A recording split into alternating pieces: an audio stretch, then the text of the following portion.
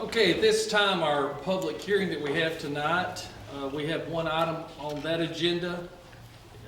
Item number one is for Christy Abernathy request a conditional use variance for property located at 1426 Happy Valley Road, Rossville, Georgia, 30741, and that is on tax map 0-135-045.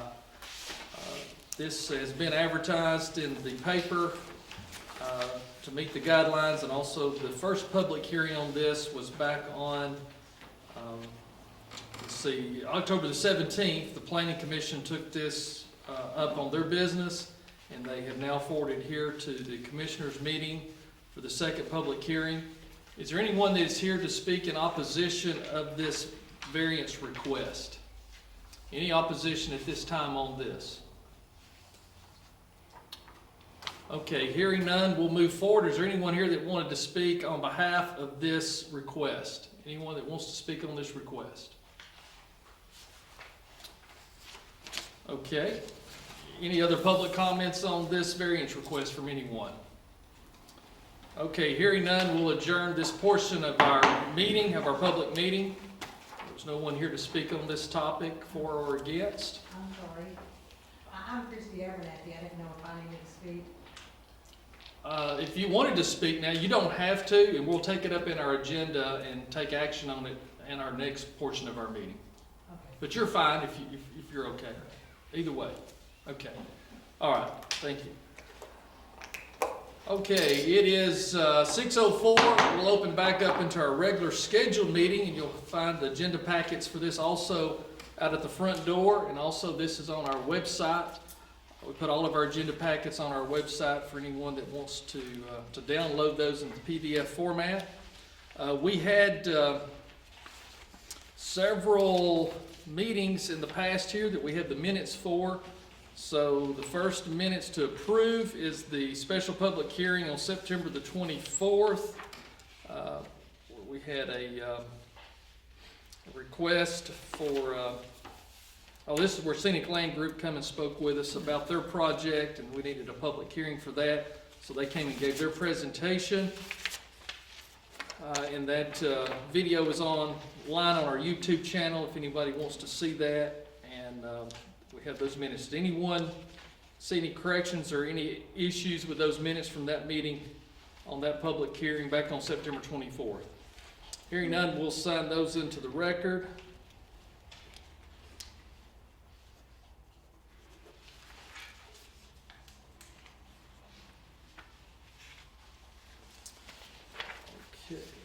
Then we had a minutes from our scheduled public hearing, also on the 24th, and this was on a zoning request that we had.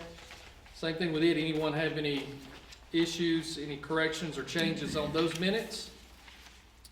Hearing none, we'll sign those into the record.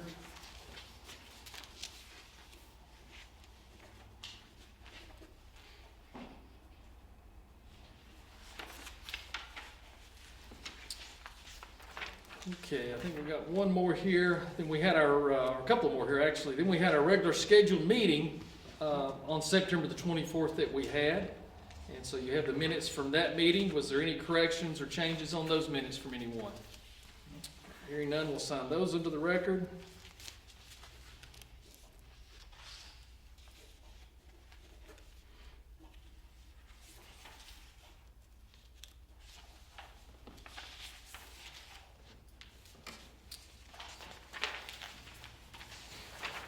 Okay, and then I believe finally on the minutes, we did have our special call meeting on September 30th to adopt our budgets for our FY 2020 year. And so you have the minutes from that meeting. That meeting was very short because those only action items was to approve those budgets for the 2020 year. Any issues or corrections on this set of minutes? Hearing none, we'll sign those into the record.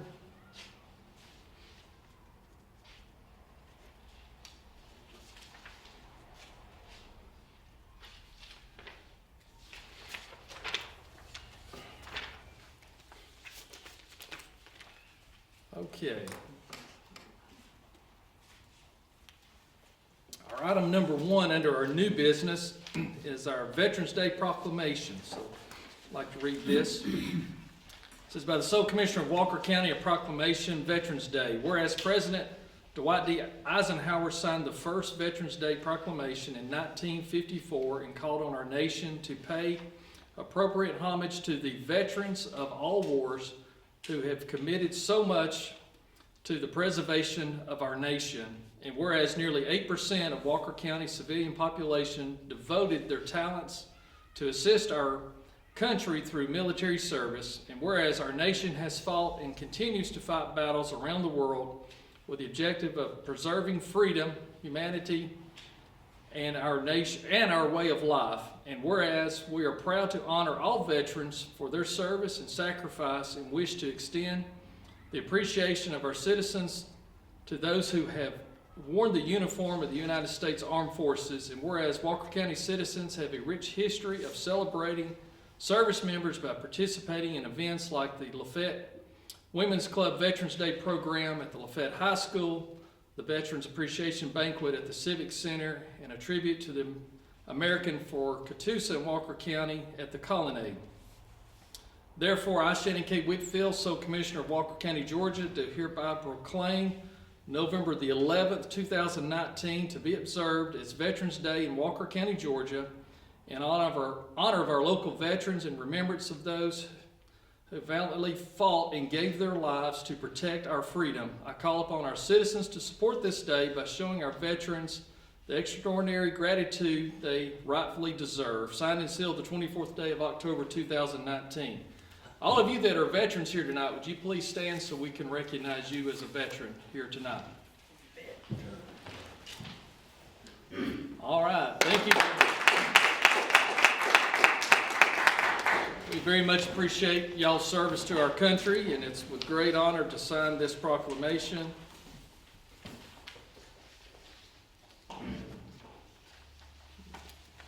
Very good.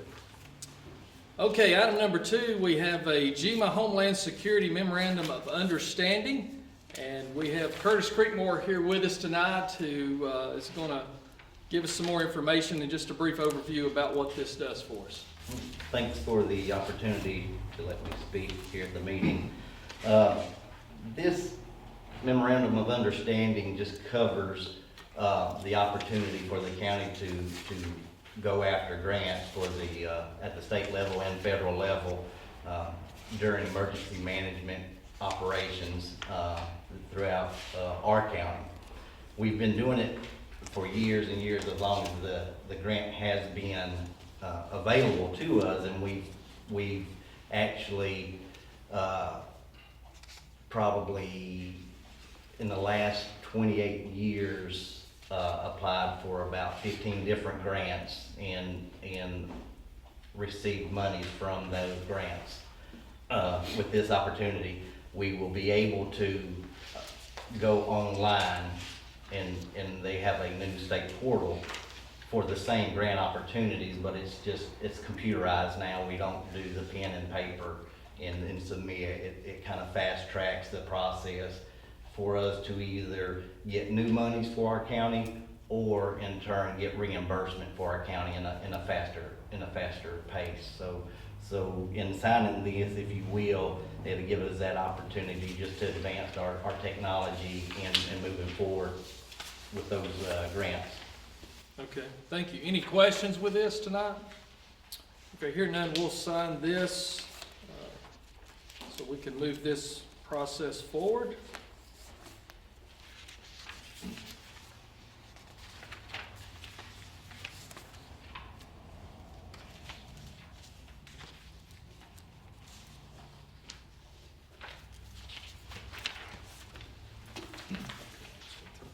Okay, the next item on our agenda, number 3, is our Tyler software upgrade, and I've asked Curtis to also be here tonight for this.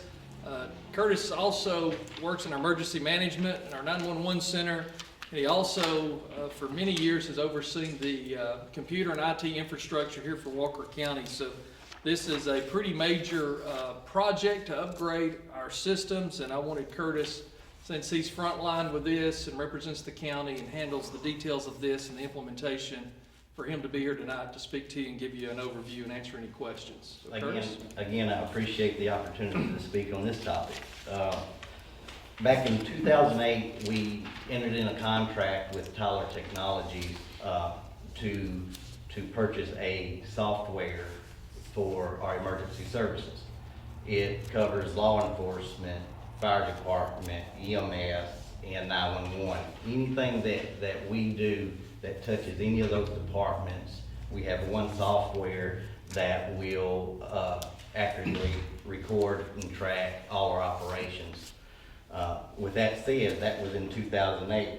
Over the years, technology has changed, their software has changed. We've had small version upgrades, but when the commissioner took office, I started requesting and asking to consider the new technology out there. We are behind in some of the modules that are available to us that help us communicate with our other sister counties that are around us. We share data between Dade and Walker County with this software. In a fashion that we're doing now is not the latest. We have since changed platforms. The software has changed platforms where we are given better capability of doing all the recording and tracking of the ambulances and fire departments and such. Again, I go back to working with the commissioner on the budget, and it is a big ticket item for us. But this ticket item here is for the training of the personnel in the field and in the offices to help them with the software, to implement it, to build it, and again, stay in pace with the current technology. We have several servers that are involved in this that over time have been running since 2008, 24 hours a day, 7 days a week, that need attention. We consider, and the commissioner considers, our emergency services a priority. So if you don't have any questions, or the commissioner, if you don't have any more questions, I would just ask if you sign in this meeting so we can move forward with updating our situation in emergency services in the software environment. Okay, thank you. Yeah, this is something, I don't think I was on the job but just a few months, and Curtis started wanting to meet and go over the needs of our IT department, because this pretty well touches almost every aspect of our county government, all the way down to our sheriff's deputies that have laptop computers in their car. They tie directly right into this system, and then that processes, calls from 911, sends them the data to their laptops, and then it goes all the way through the sheriff's office into booking and into the court system. So it's a pretty complex system, and right now, to make everything work from an IT perspective, to run also our accounting system, which is also with this same vendor, and everything ties together, it represents about 30 computer servers to make all this work. And so it's very important that we keep this, because our public safety is supposed to be one of our top priorities in our community, is to provide safety for our citizens. And so this is a major upgrade that will take months to implement, because it's a complete rewrite of the software, and it's going to cause a need for additional training for our personnel from top to bottom. So it's a little over, I think, $100,000 investment that will be rolled out over probably the next 8 to 12 months to get this up and running and implemented. So is there any questions about this? Okay, hearing none, we'll move forward with this and get this going. Curtis, thank you for being here and talking about this, because I know you definitely are on the front lines with this. this every day.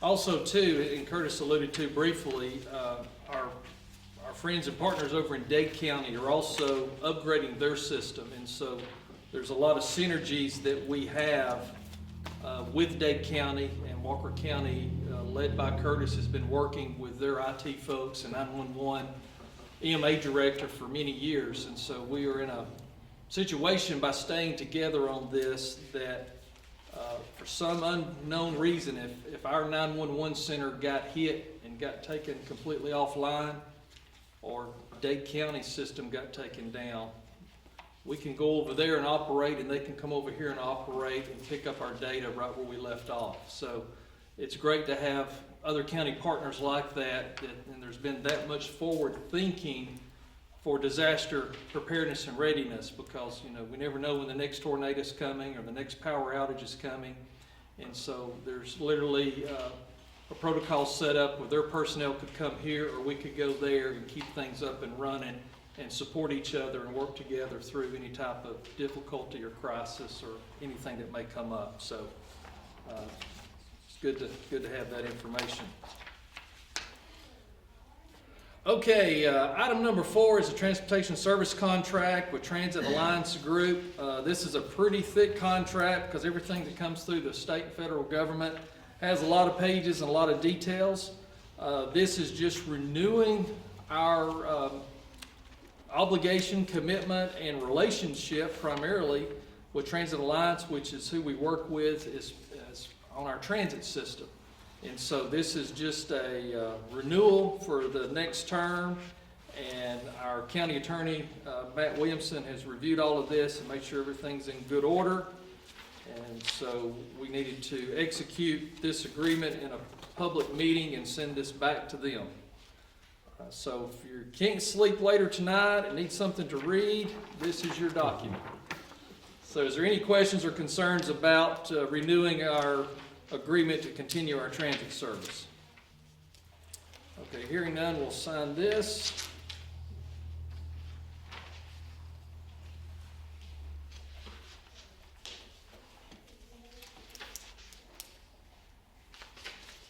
Yeah, just want you to type that. Okay, date sign.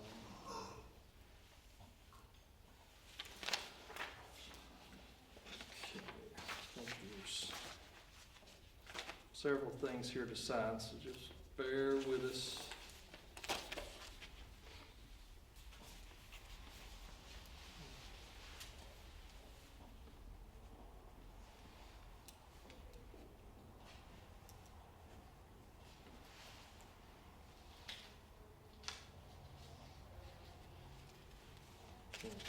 What's that one?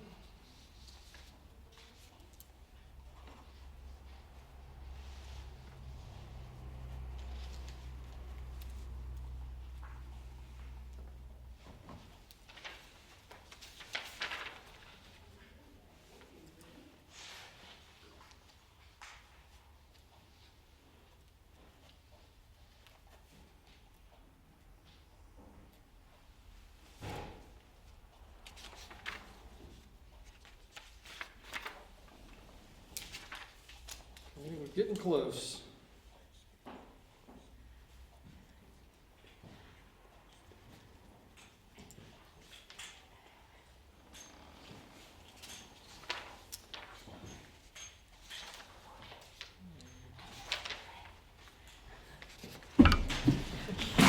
So sorry, Joe. Is it okay? You saved yourself? Had a little bump to the camera. I had to make an entrance right. But we're glad you're with us tonight. Okay, I believe that's got everything to do with our transit agreement.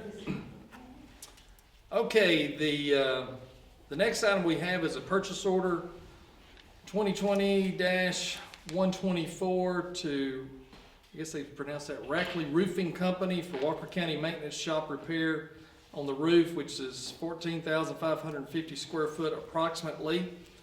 We have the copy of the purchase order, and also they did a very nice presentation. It shows a lot of pictures that's in the packet of the roof leaks. I would say that when I started in office, it was would have been a little challenging to find some roofs that were not leaking. or didn't have some issues. And so each year we've been trying to put in our budget to be able to address some of these problems. And you can see from some of the pictures, the roof at the maintenance shop had multiple places that it was leaking and was becoming quite concerning for the staff, for their safety. And so we wanted to get this one fixed this year.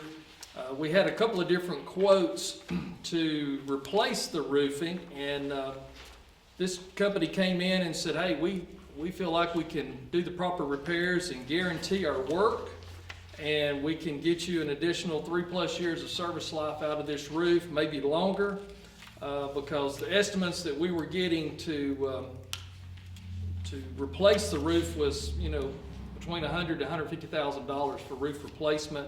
We can get them to come in and go through this roof, and they said they would spend about 5 to 6 business days going through and doing all the repairs and re-seaming everything and getting everything watertight and stand behind their work. So we do have this in our facilities maintenance budget for our new budget cycle, and we have a purchase order here for $20,960 for them to get this roof where it's not leaking at our maintenance shop.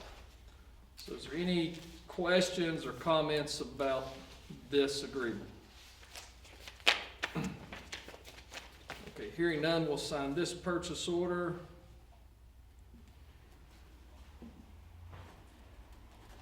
And this agreement.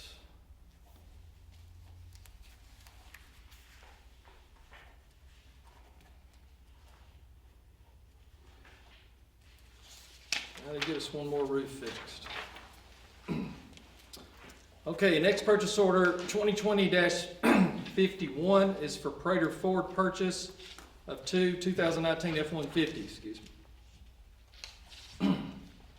Earlier in this calendar year, we had been quite successful in replacing some of our wore-out trucks with trucks that we found that were used. Some of them were previous federal government vehicles, our previous TVA vehicles, and we had a need for some additional pickup trucks that were four-wheel drive. So I've had a couple of truck lots that we've worked with, we've had great success with, that specialize in used trucks, that have been looking and assisting me for about 90 days trying to find some additional good used trucks. Well, I'm here to report to you that the economy is so good and there's so many people working and people are running their trucks, and just like us, they're getting the life out of them and wearing them out. So we got to the point that we run out of time, and that time came when these trucks just laid down. We had a couple of them in particular in our animal control that one had over 300,000 miles on it, one had over 350,000 miles on it. And when you lose an engine in one and a transmission in the other, it's time to pretty well say we got our life out of those. And so we had to move very quickly and try to find some trucks that would accommodate us. And one thing we've been trying to do is make sure for Public Works that everything that we do purchase can seat multiple people and not just do a two-door truck, and also that they're four-wheel drive so we can use those during bad weather or if they need to get off-road. So felt like we got a very good deal with some trucks that Prater Ford down in Calhoun had in stock, and they were able to give us the government pricing for a couple of Ford F-150 4x4 super cab trucks. And these trucks stickered for over almost $40,000, and with the government pricing and the incentive that Ford had for governments, we was able to buy these trucks for $25,654.40 a piece. So I think that's almost a $15,000 reduction off the sticker price. And these trucks are exactly what those guys need for that department. So we got those coming, but as we said before, any capital projects or any major purchases or anything over $15,000 out of the normal course of our daily operation, we made a commitment back in October 2017 to bring those to you publicly and discuss those with you. And I'm happy to announce to you again tonight that we were able to buy these trucks with cash money out of our budget. We're not financing. We've not financed any vehicles or any equipment since I've been in office and don't intend to. So we do have funding in our budget that was allotted for vehicle purchases because we knew we were looking for vehicles. So we were able to purchase both of these vehicles and write a check for them. So I'm happy to report that to you tonight. Any question on those two trucks? Yes, will there be any, modifications have to be done for animal control? Yeah, good question, and we're working on that right now. They're putting the lettering on the truck so they can be well identified, and then we're putting the white flashing lights, because many times they're on the sides of the roads or in intersections if they're trying to chase down a stray, and so we're putting the light bars in, and also the animal box on the back, and that may be about all that we're having to do on those. So hopefully we'll have those on the road sometime maybe toward the end of next week and have those running, because right now we have 3 animal control officers and we have 1 vehicle. So they're taking turns and riding together, and it's been quite interesting the last few weeks. Yes, ma'am. Does the sheriff have all the vehicles he needs? It seems like that was an issue a couple of years ago. It was an issue in the past because we didn't have the funding, but we were able to work out some funding that he had come forward in 2017, and he bought 10 or 12 in 2017, and then in 2018 we were able to put it in the budget where he was able to buy some vehicles, and then also recently in the 2019 budget he ordered some vehicles back August, September. I know a few of those have come in, and then we have money in the sheriff's budget for FY 2020 to where he can buy vehicles as well, and those will all be paid for with cash also. Well, I congratulate you on that. Thank That's you. Yeah, so I think it's in the budget, but I think roughly we're probably somewhere around $300,000 or $350,000 in the sheriff's budget for vehicles, because they'll have to continue to replace 10, 12, 13 vehicles a year.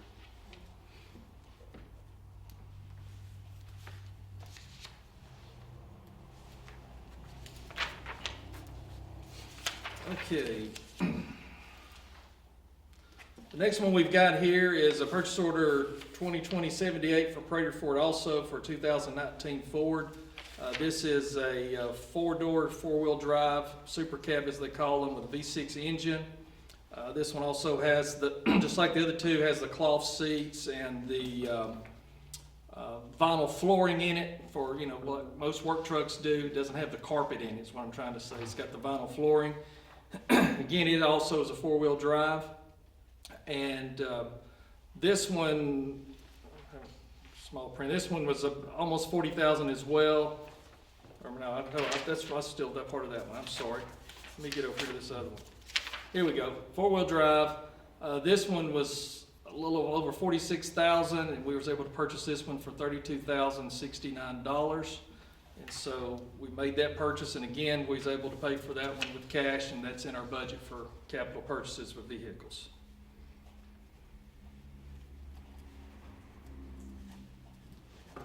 Okay.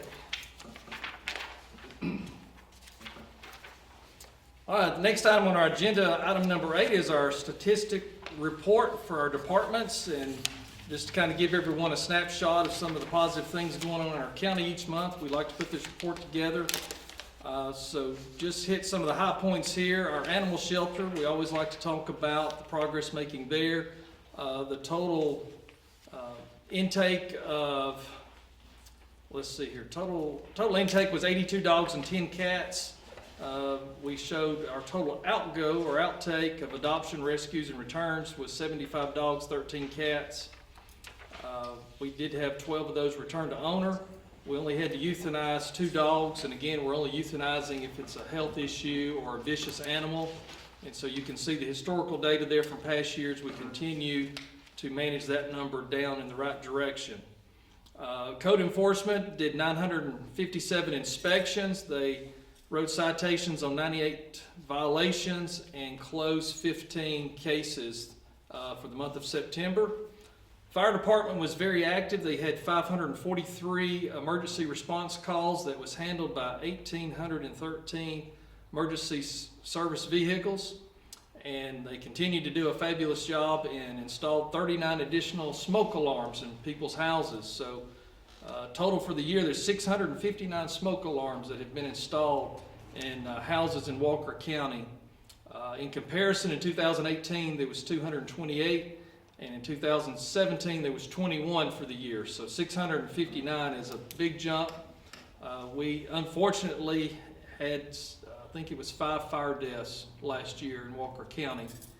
And the fire department took that as a challenge and took upon them to be proactive and really got strong on this campaign to install smoke detectors. And they will go out and install these free of charge, no income requirements. They'll come out and do an assessment, an evaluation to make sure they put in the proper number in the proper location. So anyone out there that doesn't have smoke alarms in Walker County or knows someone that doesn't, if you'll contact the fire department, they will be thrilled to come out and install those. They would rather do that than come out to a fire call and you not have smoke alarms. So they're doing a fantastic job there. Our roadside trash pickup still is just an amazing number. The amount of trash we're finding on the side of the road at 19,030 pounds was picked up, so that put us over 100,000 pounds of litter picked up off the side of the road in the last 9 months. Total nights booked at Mountain Cove Farms. They had a great month in September with 94 nights booked for stays in the cabin and the house. They got our number to 743 for the year. Single family home construction, there was 9 new homes permits pulled. Single family home permits pulled in Walker County in the month of September, so that give us a total of 91 for the year, and we're pretty much on pace for our average that we've run the last 3 years of about 125 has been our average the last 3 years, each year consecutively. Public relations, media stories. Joe was able to track down 35 stories that was put out by the media, and we added 123 new members to our Facebook page, so that's always exciting to be connected with more folks. And Joe made 49 posts to Facebook, and we had 26,807 visitors to our website. So we continue to add information and data there, and people find that to be a great resource of information. So if you've not looked at our website, I would ask you to Google search it. There's a lot of data there, a lot of information about Walker County. Newsletter subscribers, we added 37 subscribers to our e-newsletter. And even though we have paved about 25 miles of road, we unfortunately, if you haven't noticed, we still have some potholes. And so we continue to work on those, and they've documented 527 potholes that they patched in the month of September. And then our transit service continues to stay very busy at 2,204 transit trips in the month of September. Any questions or comments about our statistics report? Yes, ma'am. I don't know if this is the right time to ask this, but with the animal control, we have, and I've talked with North Georgia Animal Alliance, we are having so many cats that it is actually becoming a burden to me. I have been taking in kittens and spending out of my own pocket, trying to get these things fixed with respiratory problems and all kinds of stuff. For people like me that are taking them in, I am spending out of my own pocket, and within the last 2 months, I've spent about $1,200 on cats that did not belong to me. I have contacted Chattanooga. I was told that they did have so many vouchers that they could get out to the Animal Alliance. I do think that it is something that if we could get a hold of some vouchers, having anybody, even if it was a tax write-off for companies, maybe that's something that Walker County can work out where we can get these animals where I'm not having to take in kittens that don't belong to me just to try to save a creature on the street because there's nothing that we can do with them. And it is, it's overwhelming to me just in my neighborhood. I've not called Walker County to come out because I was told that Walker County is getting overfilled. All of these companies all the companies that are trying to save them and rescue are over full. Right. And people like me need vouchers to get these things fixed, because if we can get them fixed, then we can stop this from happening out on the street. Yeah. So if y'all could, I don't know, like I said, I don't try to find a solution where we can get vouchers. Yeah, it definitely is a real problem in the entire region. It's not just exclusive to us. And I know even with Chattanooga and McCamey Animal, they've been actually giving cats away after they've fully vetted them, spayed, neutered, and all, just trying to get them in homes. It's a real problem, and I was speaking to our shelter manager yesterday, and she's even reaching out to other groups out of state. Some of them are quite a distance, trying to build relationships of, you know, what to do with the cat intake that we're getting. So it's definitely a problem. I mean, the dog situation, we're getting somewhat a handle on it, but the cats is a growing problem, unfortunately. Yeah, I just think that it's pretty good job if somebody within the county can talk to, maybe some of the local vets and do something, and incentive for the local vet is gonna help Walker County, because they're not gonna have to go out and pick these animals up. So it does save money down the road in a couple different ways. There's not gonna be as many out there. I have no problem to pick them up and take them in. I have no problem to spend money on them. I just don't feel like I should have to pay full price on getting animals that do not belong to me fixed to try to stop it in my neighborhood. Yes. I'm not in animal control and I don't get reimbursed for it, so I view this as citizens, we just need a little bit of help to help out the Yeah. community. It's definitely something that's been a priority for us, and we're continuing to work for solutions, and hopefully we'll come up with some Yes, more. I was asking today, a friend of mine, her husband passed away, down the street here on Saturday, and they have a cat problem. That they're not really her cats, but she loves them, and she don't want to see them destroyed. But I was wondering if there was a way we could catch the cats, spay, neuter them, shot them, chip them, and then that way we don't have to worry about, we can release them and they can live, but, you know, we don't have to worry about, rabies or anything, and we know that they're inoculated every time we catch them, and then we give them a booster shot, and, you know, that way they can live but not overpopulate. Yes, and one thing that we have done recently, and they're coming back in November the 5th and 6th, but there's a veterinary service that has a mobile unit called My Kids Have Paws, and it will be back at the Walker County Ag Center on November the 5th and 6th, and they do a low-cost spay and neuter for both dogs and cats, and they also have a special program for feral cats.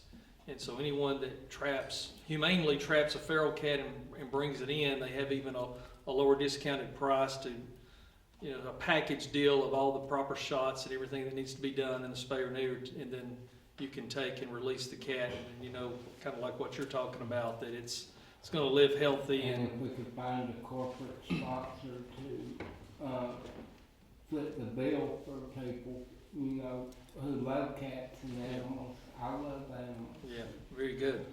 Okay, very good comments. We're going to move forward here.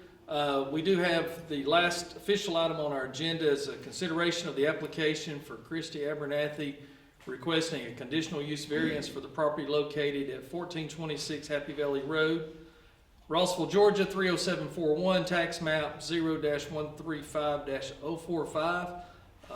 It was recommended for approval by the Planning Commission at the first hearing back on October 17th. And so we didn't have anyone come and speak in opposition of this tonight. Philip Cantrell is our Planning and Zoning Chairman. Philip, is there anything you'd like to add to this? Ms. Abernathy came before us, at our meeting last week, and we could not find any reason to deny her variance.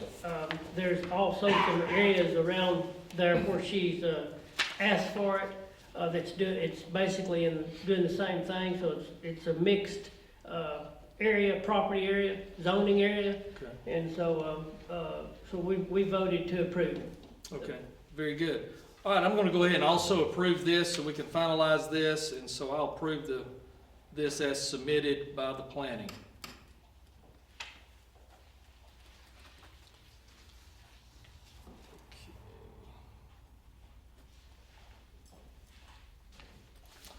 Okay. All right, so that's our last official item, and we'll close out our regular meeting. And as always, at our end of our meetings, we ask people that want to speak before the staff and myself in a public meeting that we will let you have up to 5 minutes. We'll ask you to come up to the podium so we can get you on the microphone and get you on camera. And if there's any topics that you would want to speak about, you're more than welcome to come forward at this time. And we ask you just to state your name so everyone knows who you are. And then we ask you also to keep your topic focused to Walker County. We can't fix Washington and we can't fix things outside of Walker County. So we want to just keep you focused so you don't run out of time. So is there anyone here tonight that have anything they'd like to say? Okay, you got something?